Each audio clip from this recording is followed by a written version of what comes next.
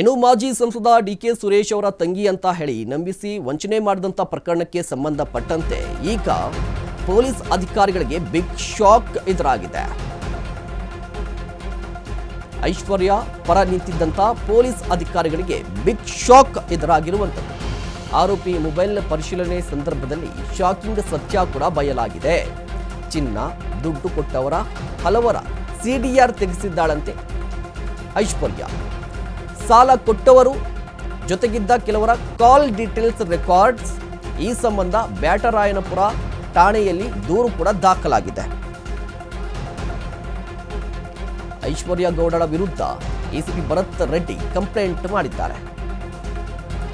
ಮಾಜಿ ಸಂಸದ ಡಿಕೆ ಸುರೇಶ್ ಅವರ ತಂಗಿ ಅಂತ ಹೇಳಿ ನಂಬಿಸಿ ವಂಚನೆ ಮಾಡಿದಂಥ ಪ್ರಕರಣಕ್ಕೆ ಸಂಬಂಧಪಟ್ಟಂತೆ ಯಾರೆಲ್ಲ ಐಶ್ವರ್ಯ ಪರವಾಗಿ ಇದ್ರಲ್ವಾ ಆ ಪೊಲೀಸರಿಗೆ ಶಾಕ್ ಎದುರಾಗಿರುವಂಥದ್ದು. ಕಾರಣ ಏನಪ್ಪ ಅಂತ ಹೇಳಿದ್ರೆ, ಈ ಪ್ರಕರಣದ ಆರೋಪಿಯ ಮೊಬೈಲ್ ಪರಿಶೀಲನೆ ಸಂದರ್ಭದಲ್ಲಿ ಶಾಕಿಂಗ್ ಸತ್ಯ ಕೂಡ ಬಯಲಾಗಿದೆಯಂತೆ. ಈ ಚಿನ್ನ, ದುಡ್ಡು, ಹಣ ಕೊಟ್ಟವರು ಇರ್ತಾರಲ್ವಾ ಅವರ ಸಿಡಿಆರ್ ತೆಗೆಸಿದ್ದಾಳಂತೆ ಈಕೆ. ಯಾಕೆ ಅಂತ ಹೇಳಿದ್ರೆ, ಸಾಲ ಕೊಟ್ಟವರು ಜೊತೆಗಿದ್ದವರ ಕಾಲ್ ಡೀಟೇಲ್ಸನ್ನು ರೆಕಾರ್ಡ್ ಮಾಡಿದ್ದಾರೆ. ಈ ಸಂಬಂಧ ಬ್ಯಾಟರಾಯನಪುರ ಪೊಲೀಸ್ ಠಾಣೆಯಲ್ಲಿ ದೂರು ಕೂಡ ದಾಖಲಾಗಿರುವಂಥದ್ದು. ಈಗ ಒಂದಿಷ್ಟು ಶಾಕ್, ಒಂದಿಷ್ಟು ಕುತೂಹಲ ಕೂಡ ಉಂಟಾಗ್ತಾ ಇರುವಂಥದ್ದು. 2021ರಿಂದ 24ರ ಮಾರ್ಚ್ವರೆಗೂ ಕೂಡ ಸಿಡಿಆರ್ ತೆಗೆಸಿದ್ದಾರೆ ಐಶ್ವರ್ಯ. ಸಿಡಿಆರ್ ಕೇಸ್ಗೆ ಪ್ರತ್ಯೇಕ ತನಿಖಾಧಿಕಾರಿಯಾಗಿ ಎಸಿಪಿ ಚಂದನ್ ನೇಮಕ ಆಗಿದ್ದಾನೆ. ಅಪರಾಧ ಪ್ರಕರಣ ದಾಖಲಾಗದ ಹೊರತು ಸಿಡಿಆರ್ ತೆಗೆಯುವಂತಿಲ್ಲ. ಬಟ್ ಯಾಕೆ ತೆಗೆದ್ರು? ಪೊಲೀಸ್ ಅಧಿಕಾರಿಗಳಿಗೆ ಮಾತ್ರ ಸಿಡಿಆರ್ ಪಡೆಯುವಂತ ಅವಕಾಶ ಇರುತ್ತೆ. ಸಿಡಿಆರ್ ತೆಗೆಯಲು ಸಹಕರಿಸಿದಂಥ ಅಧಿಕಾರಿಗಳಿಗೆ ಈಗ ತನಿಖೆಯ ಬಿಸಿ ಕೂಡ ತಟ್ಟುವ ಸಾಧ್ಯತೆ ಇದೆ. ಈಗ ಆ ಅಧಿಕಾರಿಗಳ ವಿರುದ್ಧ ಕಮಿಷನರ್ ಕೂಡ ಗರಂ ಆಗಿದ್ದಾರಂತೆ.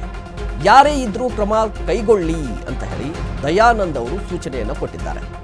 2021ರಿಂದ 24ರವರೆಗೆ ಮಾರ್ಚ್ವರೆಗೆ ಸಿಡಿಆರ್ ತೆಗೆಸಿರುವಂಥದ್ದು.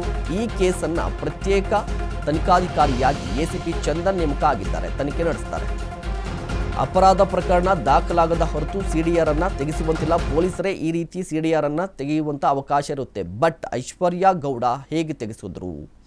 ಇವರಿಗೆ ಅಧಿಕಾರಿಗಳು ಸಪೋರ್ಟ್ ಮಾಡಿದ್ರಾ?